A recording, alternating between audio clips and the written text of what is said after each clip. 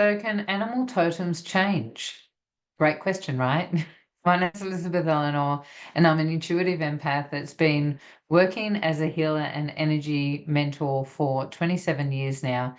I have been encouraged to do 365 days continuously on YouTube and just see what comes out of my mouth, because I've had many amazing, magical, miracle stories happen through my experience as I've gone through these 27 years, living in different vibrations, different dimensions, as I've shifted into the fifth dimension of unity consciousness, where all the miracles and all the amazing things happen, right? And that's where we're all heading. So I've had everything from 3 shooting stars to meeting the love of my life. His My maiden name was Pain, and his is Makepeace. And so this is how the universe aligns things, right? I also work with women to really tap into their authentic goddess energy, their creative space, so that they can magnetically attract the love of their life, and also even go deeper and just be connected to your higher self. Not just, but of course, be connected to your higher self and really be following the guidance of your future self that's there, ready to listen, and wanting you to move forward so that your soul is really correcting the things that it came down here and the experiences that it came down to experience. So let's get on to totems. Totems, right? They're a very interesting topic, and not everyone's into them. So let's have a little bit of a basic understanding. A totem is something that is sort of like your essence. The being that you are has like a vibrational match to a particular animal totem. So, you can go into the depths of what that is when it comes to things like culturally, when we look at a Native American Indians, or the Mayans, and there's so many different cultures that have got similar, is there spiritual consciousness that's part of their everyday that works with these sort of vibrations and these sort of themes to ignite and recognize who they are as an identity. And so many of us that are in, normal, living in, Western culture or whatever, have had past lives with that in their essence, and in their heart and in their soul. And so we have, the rumblings of it when it comes to what your past life is, or what your identity is regarding an animal totem. And so can they change? That's very interesting. So I want to share a little bit of a story about how I found out about mine, because some people go, well, how do you find out, right? How do you know if what your animal totem is? And again, if you haven't been following me, this is day 34 of 365 days. So we're getting into the nitty-gritty of it. We've been doing this for about a month. And wow, we've been doing this for about a month. That's really interesting. If you haven't listened to any of the stuff prior, then jump in and check out some of my other videos. Love for you to subscribe and hit the bell for notifications. And if you like this video, just give me a thumbs up so that we can get an idea of what it is that you want to hear, and what is inquisitive, what you're inquiring about, and anything else like that. Anything that you want me to talk about, just throw it into the comments, and I can always do some more content, right? Because I've got a long time to go. We're down 1 month.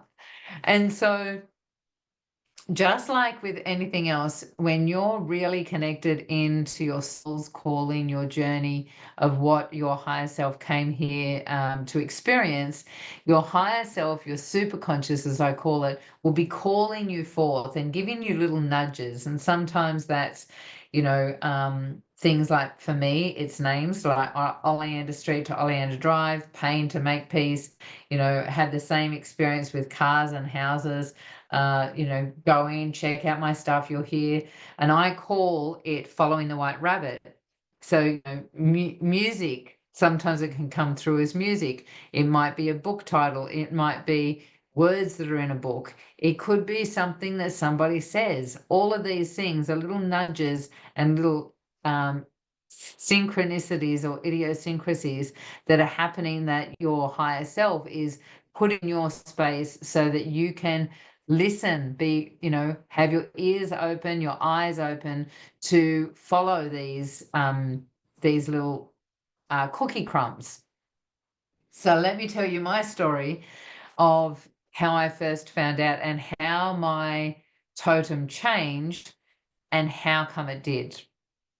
So, sort of change. I'll tell you the story. So, I was living in Sydney. I'm an Australian. And so I was living in Sydney and I grew up in Sydney. And I was moving up to far north Queensland, which is right at the very top. And it's the tropics, this rainforest and the Great Barrier Reef. Everyone generally knows it through the Great Barrier Reef, right? But before I moved, I was in down here and doing my thing. And I got this feeling that I was going to get a tattoo for the first time. I was young and I had this feeling I was going to find it, I was going to have a tattoo. I'm like, well, where am I going to have this tattoo? And so it was a pretty long period of time. It wasn't something I jumped into. It's like, oh, I'm going to get a tattoo. It just kept on coming up every so often, like, wonder what it is and where it's going to be. And so I just kept on, letting it come up and like be inquisitive or wonder what's going to happen. And then one day I go in, very weird experience, right? I just go into my ex's auntie's house, and she had just gone to a stamp party of all things, right? And here on her fridge, when I walked in, was this stamp of a gecko. And as soon as I saw that stamp, I just went, oh my gosh, that is my tattoo. I just knew it straight away. And so it took me a little while to really let that sink in. Maybe it was another couple of years. It didn't happen quickly. And I got that tattoo on my shoulder. And there's a whole story around how that happened and who did it, but that's not relevant. So I get a tattoo of a gecko on my shoulder, right? Well, fast forward years and years later, and I've moved up to far north Queensland. So I hadn't even seen a gecko, by the way, at that stage. Um, I go up to Queensland, and anyone that knows the tropics and has been up in that area knows that geckos are a nuisance. They're everywhere. They make this particular noise, right? My daughter laughs because now we have this moment of realizing that that's a noise that I make all the time, right? That I'll tell that a little bit later. And I get to this point where I'm, at this um, fast forward, and I'm at the Tableland Folk Festival, and I'm one of the coordinators of in fact, I'm the coordinator of the wellbeing space. And I had this woman that was doing totem drawings, right? So you'd go up and she would tune in to see what your totem was. And I'd been watching her, and she looked like she knew what she was doing, and her pictures were pretty cool, and it all looked beautiful, blah blah blah. And so I decided, and I've got a shirt on, right? So you can't see my tattoo. And I go up and I said, oh, I think I'm going to grab one. How much is it? I'll go back and get some money out of my stall. And so I walked away, came back, and she's scrolling on the internet on her phone. And she goes, oh, I'm just trying to get a photo of your animal. She said, your animal's a gecko. And I went, I just couldn't believe it, right? And she said, I'm trying to find a photo. And I said, oh, like this. And I threw my shoulder down and I showed her the image on my shoulder. And she goes, yeah, that's amazing.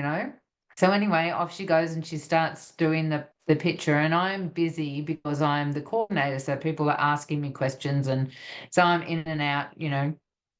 And she had grabbed, in fact, it's just here, and I should have got it down for you. Let me see if I can show it to you. It's just there. So she grabbed a chocolate cardboard as you can see, it was dark chocolate. And I come back and she's doing this thing and I'm upset. I'm actually quite upset. I'm like, you know, I'm a spiritual woman. I'm an empath. I do all these things and I'm a gecko. Like of all things, I'm a gecko. Like I can't believe it, right? I wanted to be an owl or a wolf or a lion or a lioness or something, So I was a little bit disappointed. Anyway, I go back into her stall and she's getting these pastels and she's got, dark chocolate and black and creams and as you saw the colors. And she says to me, "Oh, I'm just, I'm trying to get it to come out, like she's drawing it. And she's like, I'm having trouble getting it to come out." And she just looked up at me and she goes, "You blend in really well, don't you?" And I went, "Oh, I do actually." And she said, "And you don't like lots of crowds. You're better with just one or two people. You're not a, big party person. You like to be, just socialize in small groups." And I went, "Yeah, that's true."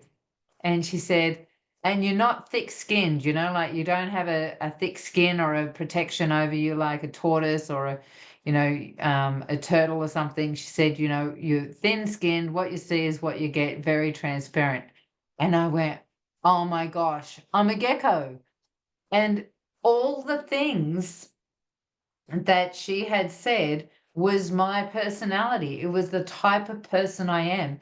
I blend in really easily. I can go and talk to people at a luscious resort, in a restaurant, big people that are millionaires, and then I can sit in the gutter and talk to a homeless person, no worries whatsoever, right? I'm just blend in really well, and I don't like big crowds. And yes, what you see is what you get, right? There's no, I can't lie for the sake of lying. People can see through me so easily, and I've stopped even trying as a child. You go through that thing of trying to lie to get your way. But I was always too see through for even my mum. She always knew when I was lying, right? And so you just get to know that. And then as spiritually as you grow up, you realize that as soon as you start being deceptive, then vibrationally that's not good for your soul. And so you speak your truth, right? So you learn how to be brave and speak your truth. So that was my totem. But what happened years later, um, and that's another story for another time. But years later, I had a guy come to my area, and he was doing totem workshops, and so I would get people together and have it at my house because I had a little bed and breakfast, like one room, one bed area on my beautiful property. It was a beautiful place. And we all did these art totem workshops, right? So he would get us to draw and all of those things, and I was always drawing my gecko. But something started to stir in that, as he was taking us through the workshop and the things that were unfolding in the workshop. It was like a 3-day event, and I felt this rumble. I felt something shifting, and it was starting to feel really uncomfortable, and I didn't know what it was. So, the way I process, and just like a gecko, I sort of, separated myself a little bit, and I'd make sure I was washing up while everyone was talking, or, I just get into my own space and really isolate myself as I processed what on earth is going on. Well, it was the last day we're drawing, and this rumbling starts happening, and I just know I've got to leave the room. There's about 10, 15 women in there, too many for a gecko, and I need to leave the room. And so I just got up in the middle of the session and started walking outside. And there was this little tiny mound of grass just outside between this little flat thing that it was and my main house. And I sat down and I actually squatted and started rocking and breathing. And I just knew something was happening. And what happened was first thing was I birthed my breath 3, which is out of my Awaken the Lioness course immersion, where you clear the energy out through your base chakra. So that happened to me. I had the experience of it and realized that it's something that is very valuable for people. So that was birthed. But what happened was the energy was accumulating in my body and in my womb, and I cleared it and released it out of my body. But as I'm doing it, I was like literally like I was birthing it. I was sort of like in labor. I was breathing. I was doing all the things, and I had my eyes closed. And as I did this and the energy came out of my body, I recognized and saw this Black Panther, right? It was a Black Panther, and I can't think of the other name for it. And so I realized that I birthed another totem. And what was really interesting about it was anyone that's been through a birthing experience knows that you're totally insular, and then you finally come out and you recognize that there's other people in the room, and you hear noises, and you start becoming part of the environment again. And I started coming out of this experience, and I realized that it had just started to rain really lightly. And as I opened my eyes, right in front of me, sitting directly in front of me, was my beautiful black cat. And apparently she was there the whole time because everyone came out with me and started watching. I didn't even realize they were there. Um, and she had sat there and been part of the process for me. Now, when I first went through this experience, it took years before I actually could tell anyone that it was a Black Panther, because what I birthed was my spiritual totem, not my earthly totem. So I've still got the foundations of the gecko, and it's very much my personality. And as an initiation on a spiritual level, my panther came through as my spiritual totem. And so when I tune into that level and the fifth dimensional aspect of myself, that's the vibration that I am on that level. So it's not that it changed, because one is still the foundation, but you can initiate a spiritual awareness and bring that part of yourself into the third dimension, into this physical body. So love to hear in the comments if you know what your totems are.